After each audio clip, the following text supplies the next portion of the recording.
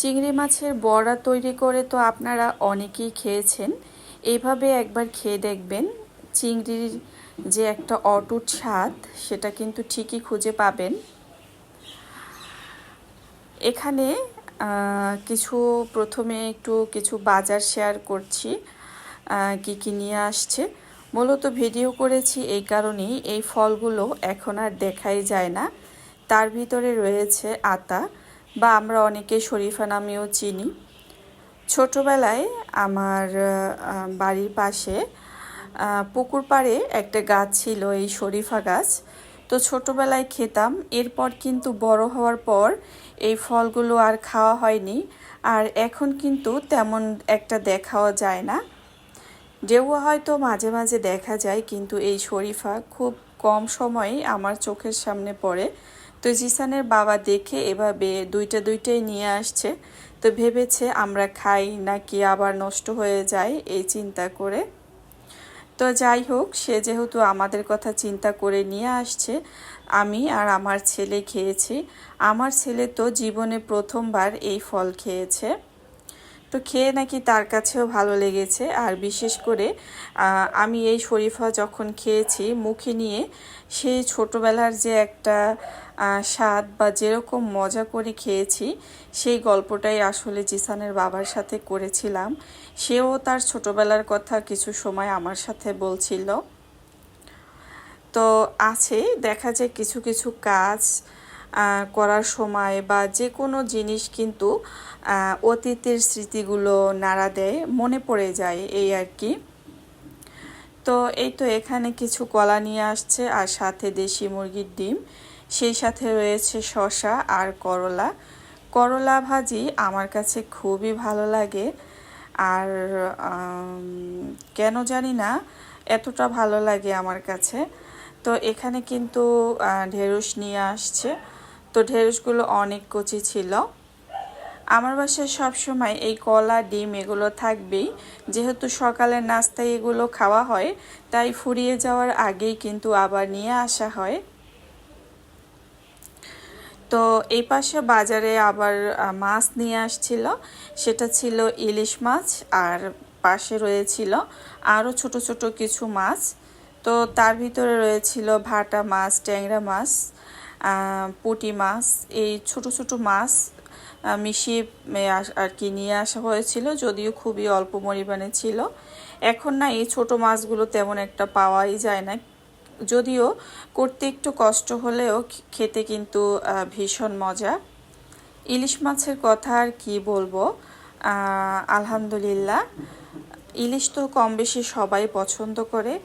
আসলে কি, আমি যদি ভালো খাই বা ভালো থাকি, সব কিছুই কিন্তু আল্লাহর ইচ্ছায়। অনেকে হয়তো ভাবতে পারে যে ইলিশ মাছ খাওয়া হয়, সব সময় তো দেখি বেশিরভাগ সময় ইলিশ মাছ খায়। আসলে কি, সত্যি কথা বলতে রিজিকের মালিক হচ্ছে আল্লাহ। তো আল্লাহ, তিনি আমার ভাগ্যে যেটা নির্ধারণ করে রেখেছে, আমি তো সেটা দিয়েই খাবো। আমি যদি চিন্তা করি যে কাল আমি কোরমা পোলাও খাবো, আসলে কিন্তু আমি খেতে পারবো না যদি আল্লাহ আমার রিজিকে না রাখেন। তো সব কিছুর মালিক হচ্ছেন আল্লাহ, তাই আমি সব সময় চিন্তা করি, তো আমি তো চাইলেও খেতে পারবো না যদি আমার রিজিকে না থাকে। তো রিজিকে লেখা আছে বলেই কিন্তু আমি খেতে পারি। তো এই তো চিংড়ি মাছের বড়া কিন্তু এখানে তৈরি করে নিচ্ছি। আমি না অনেকভাবে চিংড়ি মাছের বড়া খেয়েছি, তবে এইভাবে বড়া তৈরি করলে খেতে এতটা মজা হয় কি বলবো। আমার ছেলে চিংড়ি কিন্তু ভীষণ পছন্দ করে, আর ওই চিংড়ি মাছের বড়া দেখলে তখন শুধু লাফাতেই থাকে। আর আমি যখন এই বড়াগুলো তৈরি করি, তখন সে বারবার দেখতে আসে যে আম্মু কতটা হয়েছে, এই আর কি। আপনারা হয়তো এর আগে ডিম বা ডাল সাথে মিশিয়ে চিংড়ি মাছের বড়া তৈরি করে খেয়েছেন। আমি এইভাবে যেভাবে ডাল বা ডিম ছাড়াই কিন্তু চিংড়ি মাছের বড়াটা তৈরি করেছি, এটা এভাবে খেতে আমার কাছে কিন্তু ভীষণ ভালো লাগছে। আর আমি একবার যখন করেছি, তো আমার কাছে না ওই দিন খুব ভালো লেগেছে, তো তাই আজকে আবারও একটু এরকম করে তৈরি করে নিয়েছি। তো চিংড়ি মাছের বড়া এভাবে তৈরি করতে আমি কিন্তু এখানে কোনো ডাল বা ডিমের ব্যবহার করিনি, কিভাবে তৈরি করেছি সেটা যদি দেখতে হয় অবশ্যই আমি কিন্তু আপনারা যদি বলেন সেজন্য অন্য আরও একটা ভিডিও শেয়ার করতে পারি যে চিংড়ি মাছের বড়াটা কিভাবে করলে এর স্বাদ অটুট থাকে। তো এখানে কিন্তু আমি রসুন পেঁয়াজ আর সামান্য পরিমাণ জিরা এগুলো ফোড়নে দিয়ে তারপরে কিন্তু ডাল রান্না করছি। আর ডালের সাথে দিয়েছিলাম আমরা। আজ কিন্তু আমি চিংড়ি মাছের বড়াও করেছি, পুঁটি মাছ ভাজি করেছিলাম আর সেই সাথে ডাল দিয়ে আমরা দিয়ে রান্না করেছি। জিসানের বাবা সব সময় কিন্তু ডালে যদি হালকা টক থাকে তাহলে সে খেতে ভীষণ পছন্দ করে। তো এই কারণেই কিন্তু রান্না করা। আর ডালের ভিতরে টক যখন থাকে সে খায় ঠিক আছে, বাট আমরা কিন্তু খাই না। ওই আমড়াগুলো আমি নিজেই খেয়ে ফেলি, আমার কাছে ভীষণ ভালো লাগে। ওই যে ছোট মাছ নিয়ে আসছিল তার ভিতরে কিছু এভাবে পুঁটি মাছও রয়েছে। তো পুঁটি মাছ রান্না করলে তেমন একটা ভালো লাগে না, তো ভাবলাম হলুদ মরিচ মাখিয়ে আমি হালকা করে মানে তেলে ভাজি করে তারপর খাবো। তো এভাবে তেলে ভাজি করে গরম ভাতের সাথে খেতে কিন্তু ভীষণ মজা। জিসানের বাবা কিন্তু অনেকগুলো ভাত খেয়েছিল তৃপ্তি সহকারে। সবই তার পছন্দের ছিল, যেমন চিংড়ি মাছের বড়া, ডাল, আমরা, পুঁটি মাছ ভাজি, সেই সাথে কিন্তু আরও একটা মাছ রান্না করেছিলাম। আর সেটা তো দেখতেই পেয়েছিলেন, ছোট যে মাছগুলো রয়েছে ভাটা মাছ আর ট্যাংরা মাছ। তো আমি যে মাছ রান্না করব এই জন্য কিন্তু এখানে মশলা কষিয়ে নিচ্ছিলাম আর রান্নাগুলো খুব মনোযোগ সহকারে করেছিলাম।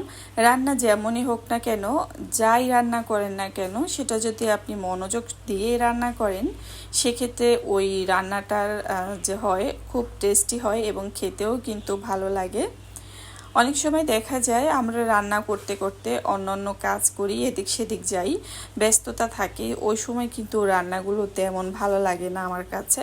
যদি পুরো অ্যাটেনশন দিয়ে আপনি রান্নাটা করে নেন, সেই রান্নাটা আপনি যাই করেন না কেন, শুধু শাক ভাজি করেন, আলু ভর্তা করেন, যাই করেন, সেটা কিন্তু খেতে খুবই ভালো লাগবে। তো এই তো মশলা কষিয়ে কিন্তু আমি মাছগুলো দিয়ে দিয়েছি আর মাছও কিন্তু রান্না করে নিয়েছি। যদিও পরিমাণে খুব কম ছিল, তারপরও কিন্তু আইটেম ছিল প্রায় 4টার মতো, যেমন চিংড়ি মাছের বড়া, পুঁটি মাছ ভাজা, ভাটা মাছ রান্না এবং সেই সাথে ডাল দিয়ে আমরা একটু একটু করতে করতে কিন্তু অনেকটাই সময় লেগে গিয়েছিল। তো যাই হোক, এই কিন্তু মাছ রান্না একদম কমপ্লিট। আর আজকের ভিডিওটি কেমন লেগেছে অবশ্যই কিন্তু কমেন্ট করে আপনারা জানাবেন। আপনাদের মূল্যবান মতামতের অপেক্ষায় রইলাম। আজকে এখানে বিদায় নিলাম। আল্লাহ হাফেজ।